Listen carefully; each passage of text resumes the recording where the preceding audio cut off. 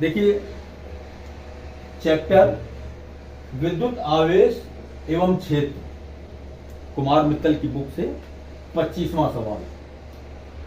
बहुत लंबा चैप्टर है, लगभग 40 सवाल हैं इसमें। तो अब ये 25वें सवाल से थोड़ा सा बदलाव आया है सवालों में। अभी तक जो सवाल आप लोगों ने लगाए थे वो सारे सवाल कूलाम के नियम पर ज्यादातर आधारित थे। इस सवाल में कह रहा है कि 5 गुणे 10 के ऊपर घात ऋण 4 कूलाम आवेश। सवाल को कभी भी बहुत जल्दबाजी में नहीं पढ़ना चाहिए कि कहानी की तरीके से हम पढ़ ले गए उसको।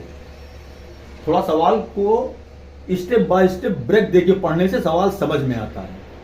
5 गुणा 10 के ऊपर घात ऋण 4, 5 इंटू 10⁻⁴ कूलाम आवेश पर।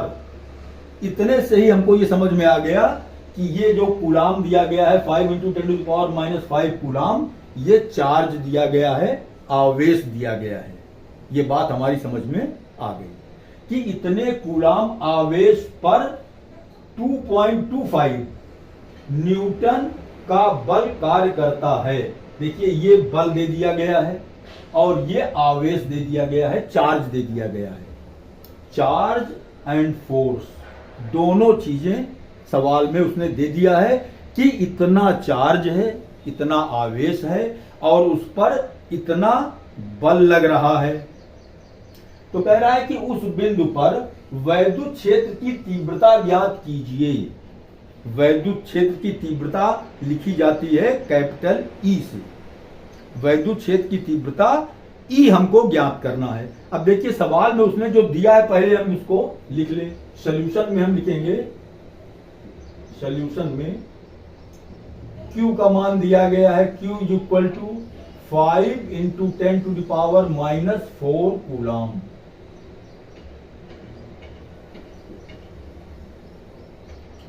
और 2.25 न्यूटन का बल कार्य करता है, बल फोर्स F दे दिया गया है 2.25 न्यूटन। अब देखिए सवाल तो ये फार्मूले पर रख के लगा दूं तो एक लाइन का सवाल है, सिर्फ एक लाइन लिखूंगा और आंसर आएगा। लेकिन ना मैं यहां सवाल लगाने आया हूं और ना मैं ये चाहता ही हूं कि लगा दूं और आप उसको केवल नोट कर लें, रट लें। नहीं, मेरा काम यह है कि जिस तरीके से मैं सवाल को समझ करके लगाता हूं वो समझ आपके अंदर डेवलप हो जाए, पैदा हो जाए। आप खुद सवाल को समझ करके सवाल लगाने लगें। मैं इसको कैसे समझता हूं ये बता दे रहा हूं आपसे कि देखिए ये चार्ज है, ये आवेश है और ये इतना बल लग रहा है। तो थोड़ा सा दिमाग को इस तरफ ले जाता हूं कि चार्ज पर बल लग क्यों रहा है। इतने न्यूटन का जो बल लग रहा है, अरे 2.25 है, मान लो 5 न्यूटन का लगता, 10 न्यूटन का लगता, 50 न्यूटन का लगता, तो ये बल लग क्यों रहा है। इस पर कोई आवेश रखा हुआ है तो उस पर बल लग क्यों रहा है, ये थोड़ा सा समझने की जरूरत है। बल लग क्यों रहा है,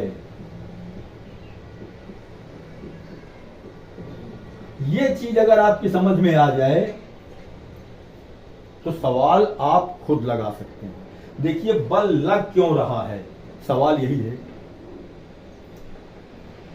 तो भाई कोई एक आवेश रखा हुआ है और उस पर कह दिया बल लग रहा है, तो सोचना चाहिए कि उस पर बल लग क्यों रहा है। इसका मतलब ये हुआ कि कोई एक दूसरा आवेश रखा है पहले से, जिसके बारे में उसने चर्चा नहीं की है, नहीं बताया है, लेकिन एक आवेश है, एक चार्ज है, जिस चार्ज की वजह से उसके चारों तरफ वैद्युत क्षेत्र उत्पन्न हुआ है। मैंने आपको एक बार पहले भी किसी वीडियो में बताया है कि जैसे चुंबक रखा हो, मैग्नेट, तो ये मैग्नेट रखा हुआ है, ये हमारा है चुंबक, मैग्नेट। अब ये बताइए कि क्या एक सिक्का हम इसके ऊपर रखेंगे तभी ये इसको पकड़ेगा, आकर्षित करेगा, चिपका लेगा। इसके ऊपर रखेंगे तभी नहीं। अगर हम सिक्का यहां रखेंगे तब भी ये चुंबक इसको अपनी ओर खींच लेगा।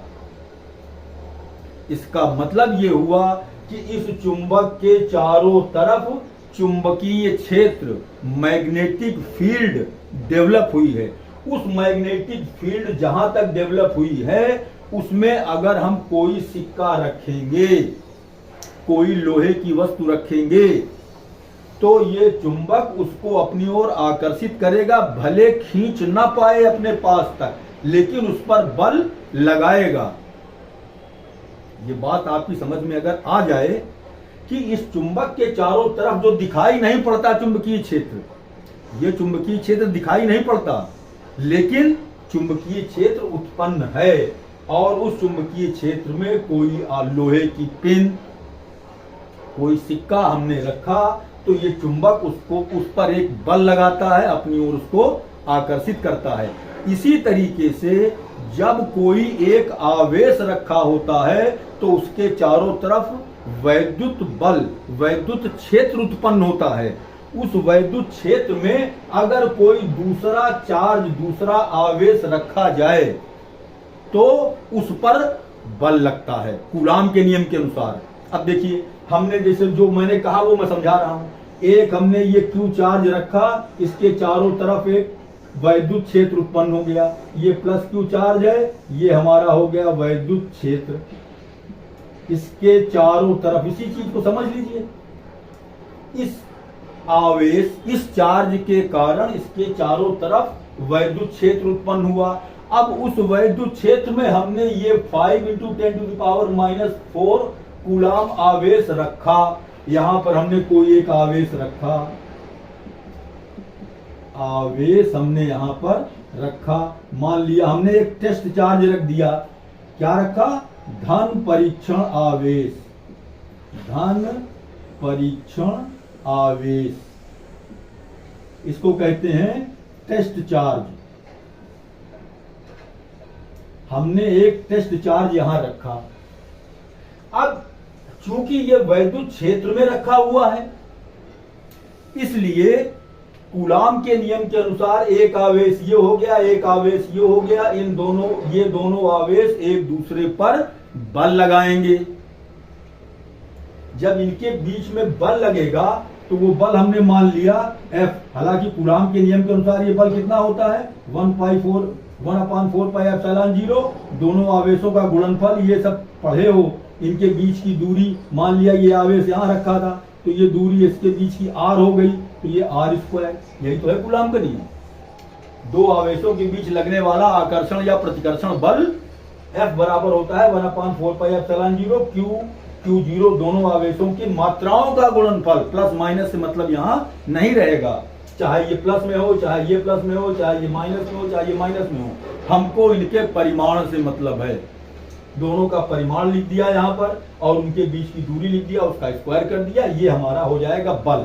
कैसा बल होगा ये? इस आवेश द्वारा इस पर लगाया गया बल इतना होगा और इस आवेश द्वारा इस पर लगाया गया बल इतने होगा। ये कूलाम में सब आपने पढ़ा है। चलिए, अब ये बात समझ में आ गई कि 5 × 10⁻⁻⁴ कूलाम आवेश पर ये जो 2.25 न्यूटन का बल लग रहा है, इसका मतलब कि ये आवेश हमारा 5 × 10⁻⁴ कूलाम का जो है, ये किसी वैद्युत क्षेत्र में रखा हुआ है। अब उस वैद्युत क्षेत्र में जिस बिंदु पर ये आवेश रखा हुआ है वहां पर इतना बल लग रहा है, तो कह रहा है कि जिस बिंदु पर ये आवेश रखा हुआ है उस पर वैद्युत क्षेत्र की तीव्रता कितनी होगी। चलिए, ये बात भी समझ में आ जानी चाहिए कि वैद्युत क्षेत्र की तीव्रता क्या है। जिस बिंदु पर हमको तीव्रता निकालनी है उसी बिंदु पर हमने एक आवेश रखा, तो हमने ये देखा कि उस पर कितना बल लग रहा है।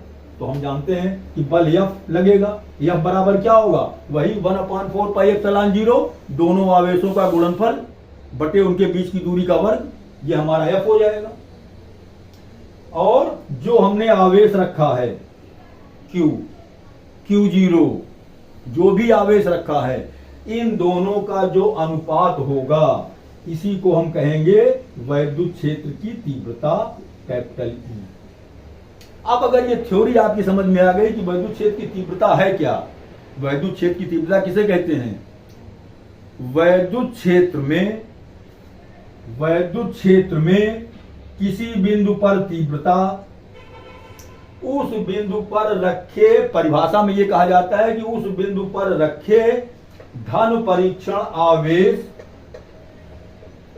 परीक्षण आवेश पर लगने वाले बल F तथा धन परीक्षण आवेश, इन दोनों की निष्पत्ति, इन दोनों का अनुपात उस बिंदु पर वैद्युत क्षेत्र की तीव्रता कहलाता है।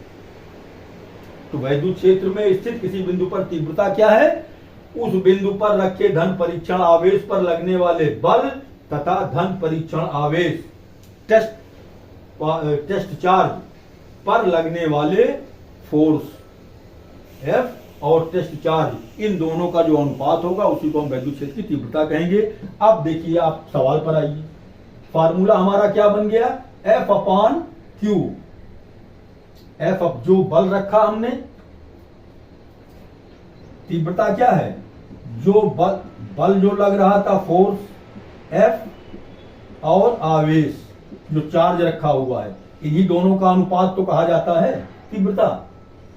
तो ठीक है, हमको F मालूम है। यहां पर ये देखिए फार्मूला हमारा क्या बना? E equal to F upon Q। हमको निकालना क्या है? वैद्युत क्षेत्र की तीव्रता E निकालना है। चलिए E निकालना है, E लिख दिया।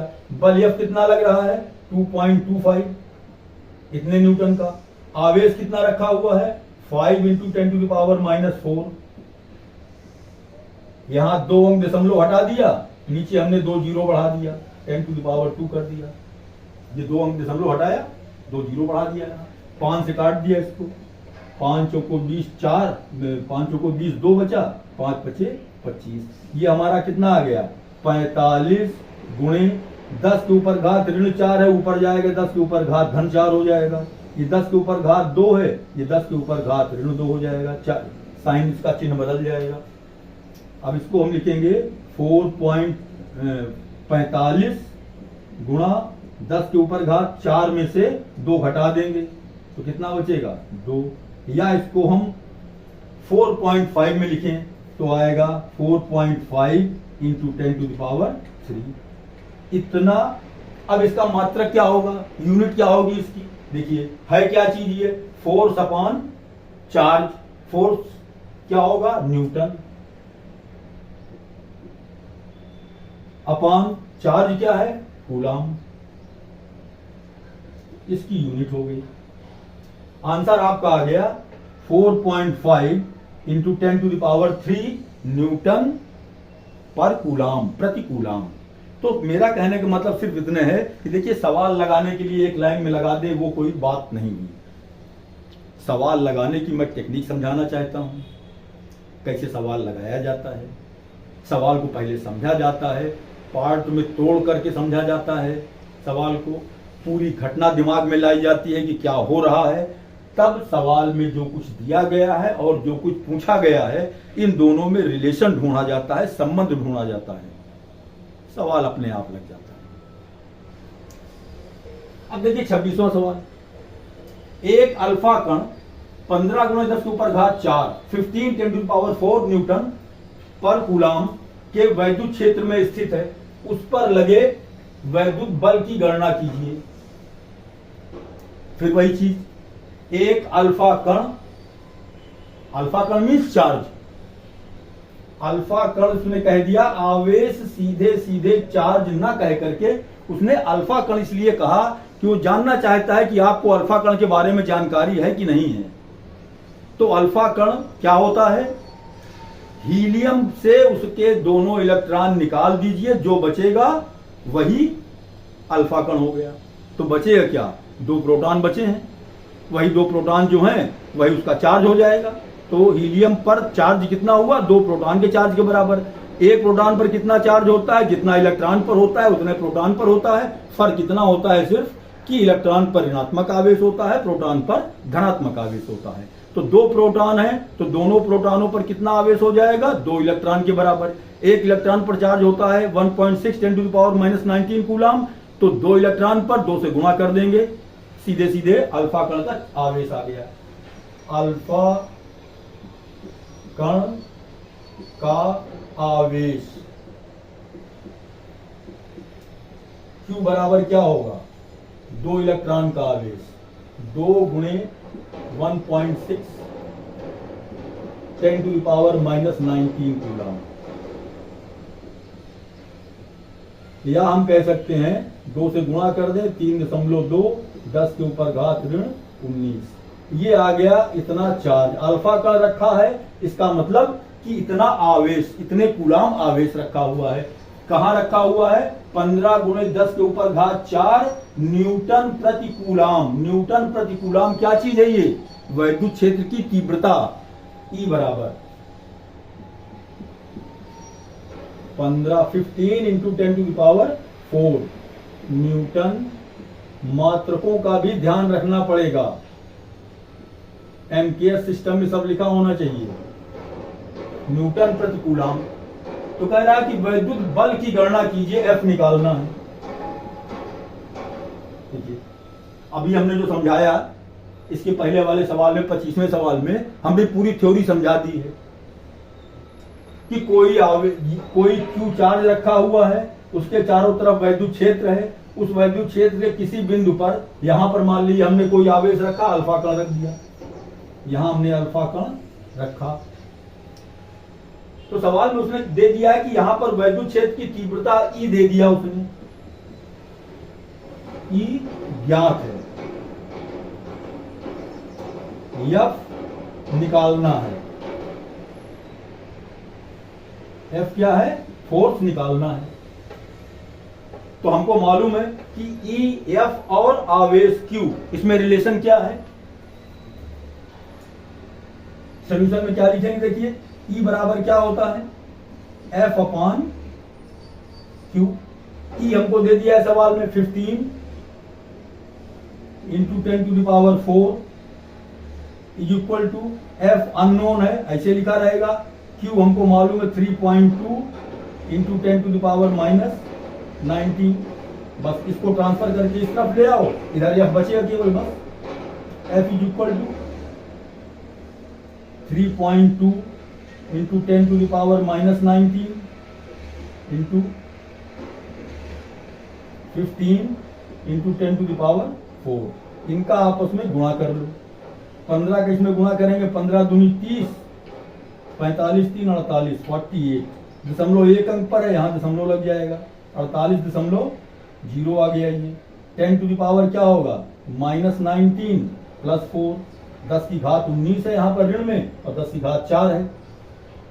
ये हमारा कितना बचेगा, देखिए 48 × 10⁻, 19 में से 4 घटा देंगे, आएगा ऋण 15, 15 4 19। अब इसको हम एक ये भी रूप में लिख सकते हैं, 4.8 × 10⁻⁻14। अब ये बल है तो इसका मात्रक क्या होगा, यूनिट इसकी होगी न्यूटन। ये आपका आंसर होगा 4.8 × 10⁻⁻14 न्यूटन।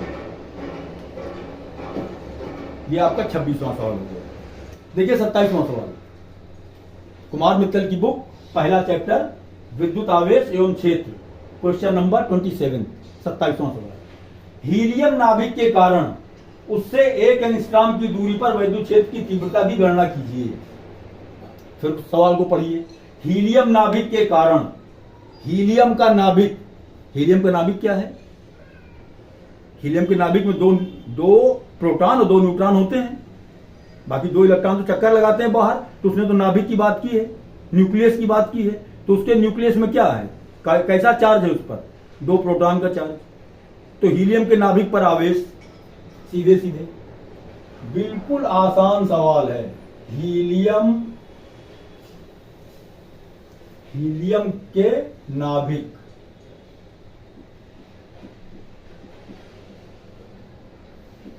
हीलियम के नाभिक पर आवेश बराबर 2 प्रोटॉन का आवेश। हीलियम के नाभिक पर जो आवेश होगा वो कितना होगा? 2 प्रोटॉन पर आवेश। तो 2 गुणे प्रोटॉन पर 1.6 10⁻⁻19 इतना कूलाम आवेश हो गया हीलियम के नाभिक पर। गुणा कर दिया 3.2 10 के ऊपर घात ऋण 19 -19 कूलाम।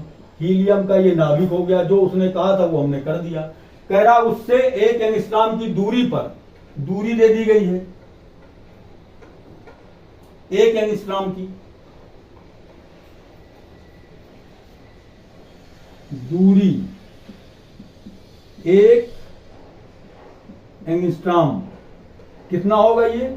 1 10⁻⁻10 10⁻⁻10 मीटर। देखिए अगर आपको ये पैमाना मालूम होना चाहिए, 1 मीटर बराबर होता है 1 मीटर बराबर 10⁻10 एंगस्ट्रॉम। 1 मीटर में इतने एंगस्ट्रॉम होते हैं। एंगस्ट्रॉम बहुत छोटा मात्रक है। कितने होते हैं? 10⁻10 एंगस्ट्रॉम। तो अगर हम मीटर से एंगस्ट्रॉम में कन्वर्ट करेंगे तो 10⁻10 से गुणा करेंगे, एंगस्ट्रॉम को मीटर में कन्वर्ट करेंगे तो 10⁻10 से भाग देंगे। अब 10⁻10 से भाग देने का मतलब क्या हुआ? 1 में 10⁻10 से इसको लिखते हैं हम 1/10⁻10। देखिए 1 एंगस्ट्रॉम है तो एंगस्ट्रॉम से जब मीटर बनाएंगे, एंगस्ट्रॉम से मीटर बनाएंगे तो 10⁻10 से भाग देंगे। अब ये बटा में न लिख करके सीधे सीधे इसको लिखा जाता है 1 इंटू, इसको अंश में लिखेंगे तो 10⁻−10। बस यही तरीका है लिखने का। तो कह रहा है कि उस बिंदु पर वैद्युत क्षेत्र की तीव्रता की गणना कीजिए। कोई आवेश है, उस आवेश से, आवेश कैसा है? हीलियम का नाभिक है, ये चार्ज है, इससे इतनी दूरी पर वैद्युत क्षेत्र की तीव्रता। तो देखिए पुराना वाला फार्मूला, वैद्युत क्षेत्र की तीव्रता E बराबर और क्या होता है? 1/4πε0 आवेश Q बटे दूरी का वर्ग। ये फार्मूला आपने पहले पढ़ा है। अब ये फार्मूला आया कहां से? तो भाई हमने मान लिया कि ये हमारा Q प्लस Q चार्ज रखा हुआ, इसके चारों तरफ वैद्युत क्षेत्र की तीव्रता है, वैद्युत क्षेत्र उत्पन्न हो गया। अब इसके कारण किसी बिंदु पर, मान लिया ये बिंदु है, यहां पर हमको निकालना है वैद्युत क्षेत्र। ये हमारा क्या है? हीलियम का नाभिक। ये जो कैपिटल Q है क्या है? ये हीलियम का नाभिक है। इस हीलियम के नाभिक के चारों तरफ वैद्युत क्षेत्र उत्पन्न हुआ है और उससे r दूरी पर, ये दूरी r है यहां से यहां तक, इस दूरी पर हमको वैद्युत क्षेत्र की तीव्रता निकालना है। तो क्या करना पड़ेगा तीव्रता निकालने के लिए? यहां पर टेस्ट चार्ज रखा, इनके दोनों का बीच बल लगेगा। ये हीलियम का नाभिक है, इस पर आवेश कितना है? 3.2 10⁻−19 कूलाम। हीलियम के नाभिक पर ये आवेश यहाँ है, ये Q0, यहाँ पर हमने टेस्ट चार्ज रखा। इनके बीच में हम बल देखेंगे, बल कितना लगेगा? F बटे जो परीक्षण आवेश रखा हुआ है इसका दोनों का अनुपात, यही वैद्युत क्षेत्र की तीव्रता होगी। अब ये F कितना होगा? 1/4π कूलाम का नियम के अनुसार ε0, ये Q और ये Q दोनों का गुणनफल Q0 बटे r²। F का मान रख दिया बटे Q0, पूरे के नीचे Q0 लिख दिया, बराबर E हमारा आ गया। ये Q0 से Q0 का कट जाएगा, क्या बचेगा? 1/4πε0 आवेश बटे दूरी का वर्ग। आवेश बटे दूरी, ये Q0 से Q0 कैंसिल हो गया है। तो अब Q क्या है? आवेश। आवेश कौन सा है? यहाँ पर जो हीलियम का नाभिक रखा हुआ है। R क्या है? जिस बिंदु पर तीव्रता निकालना है उस बिंदु की दूरी।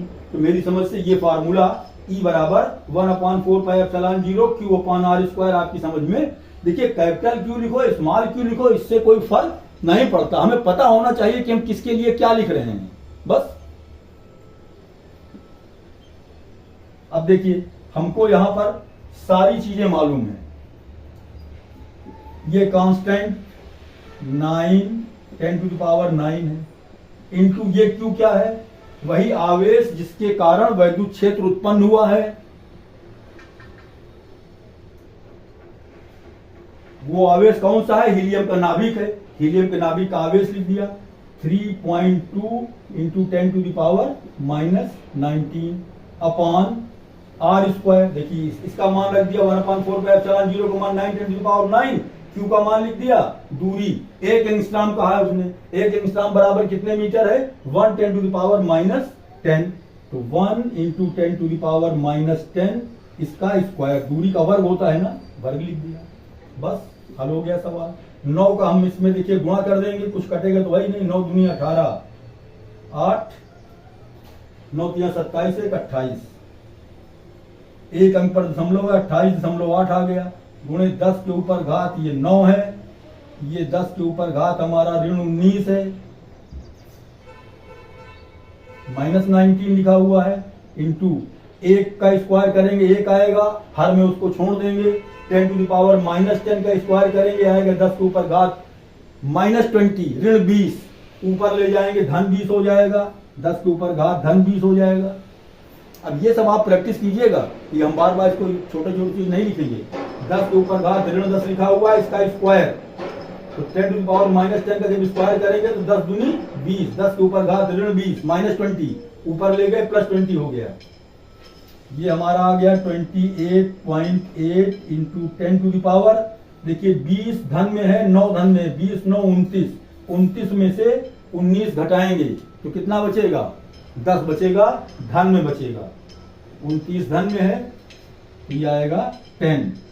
अरे भाई इतनी छोटी चीज अगर 9 -19 +20 या 28.8 इंटू 10 टू द पावर, यह आ जाएगा 20 9 29, 29 -19 is equal to 28.8 into 10 to the power, 29 में से 19 घटाएंगे 10, या इसको हम लिख सकते हैं 2.88 इंटू 10 टू द पावर 11। ये हमारा क्या आ गया? वैद्युत क्षेत्र की तीव्रता। तीव्रता का मात्रक क्या होगा? इतने न्यूटन प्रति कूलम। ये आपका आंसर हो गया। सवाल में खूब तर्क करना चाहिए, जितने आप तर्क करेंगे सवाल में। अब खैर फिजिक्स तो क्या कहा जाए, एक कहावत है कि फिजिक्स में बाल में खाल निकाली जाती है। जितने क्रॉस क्वेश्चन करोगे उतने तुमको पढ़ने में मजा आएगा, उतने ही चीजें समझ में आएंगी। देखिए क्वेश्चन नंबर 28, 28वां सवाल। 5 गुणा 10 के ऊपर घात ऋण 8, 5 10 टू द पावर -8 कूलाम बिंदु आवेश से कितनी दूरी पर वैद्युत क्षेत्र की तीव्रता 450 न्यूटन प्रति कूलाम होगी। अब आप पढ़िएगा सवाल को 2 बार 3 बार, मैं सवाल लगा रहा हूं, मेरी समझ में तो आ गया है कई बार में, समझना आपको है। ये आदत आप डालिए बार बार सवाल को पढ़ करके समझने की। 5 गुणे 10 के ऊपर घात ऋण coulomb, 5 10 to the power -8 coulomb बिंदु आवेश, इतने कूलाम बिंदु आवेश क्यों दे दिया गया है? क्यू बराबर 5 into 10 to the power -8 coulomb. करा कितनी दूरी पर आर निकालना है। वैद्युत क्षेत्र की तीव्रता ई दे दिया गया है 450 न्यूटन प्रति कूलाम। अब देखिए ई क्यू आर, वैद्युत क्षेत्र की तीव्रता निकालना है किसी आवेश से आर दूरी पर, तो फार्मूला सीधे सीधे है। ई बराबर क्या होता है? 1/4πε0 आवेश Q अपान आर स्क्वायर। तीव्रता दे दी गई है 450 लिख दिया, 1/4πε0 इसका मान 9 into 10 to the power 9 into Q का मान 5 10 to the power -8, 5 into 10 to the power -8 Q upon R square. R हमको निकालने हैं, अननोन है, इसे लिखा रहेगा R square.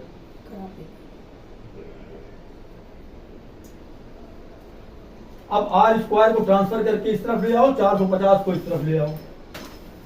Are square is equal to क्या हो जाएगा, इसका गुणा कर लो आपस में, 9 बचे 45, 45 into 10 to the power 9, 10 to the power -8, 9 - 8 upon 450, 450, 450 को ट्रांसफर करके इस तरफ ले आए। ये हमारा हो जाएगा 45 1 और 45 10, 10 बार जाएगी। ये हमारा कितना हुआ देखिए, 10 टू द पावर 9 - 8, 10 आएगा, अपॉन नीचे भी 10 है, इज इक्वल टू 1 मीटर। यही आंसर आ गया। 1 मीटर दूरी पर